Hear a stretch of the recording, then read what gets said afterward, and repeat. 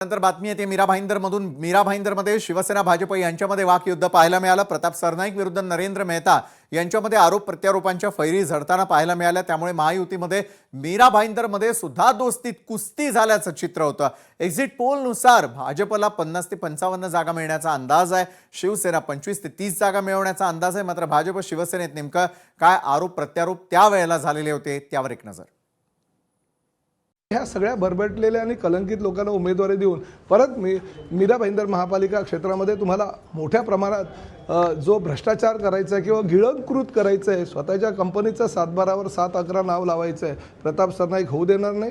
तुम्ही मला बजरंगी भाईजानची उपमा दिलेली आहे, मला ती मान्य आहे। तुम्ही माझ्या शेपटीला आग लावलेली आहे। तुमच्या ह्या भ्रष्टाचाराची आणि गुन्हेगारी प्रवृत्तीचा अंत करण्याची जबाबदारी ह्या हनुमानजीच्या निस्सीम भक्ताची आहे आणि प्रताप सरनाईक ते भविष्यामध्ये करणार आहे। सरनाईक साहेब स्वतः खूप मोठे भूमाफी आहे।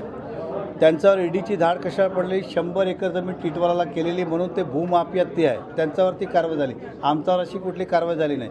मीरा भाईंदरला पण त्यांनी सरकारी जमीन 80 कोटीची जमीन मात्र 3 कोटीला महाविकास आघाडी सरकार असताना घेतली आणि स्टॅम्प ड्युटी सरकारने फुकटमध्ये तरी दिली असती तरी स्टॅम्प ड्युटी रेडी रेकनरवर लागते, त्याने ते स्टॅम्प ड्युटी बुडवले।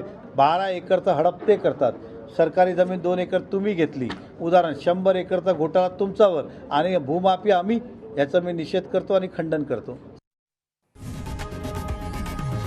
लोकशाही मराठी ऐका, पहा, जागरूक रहा।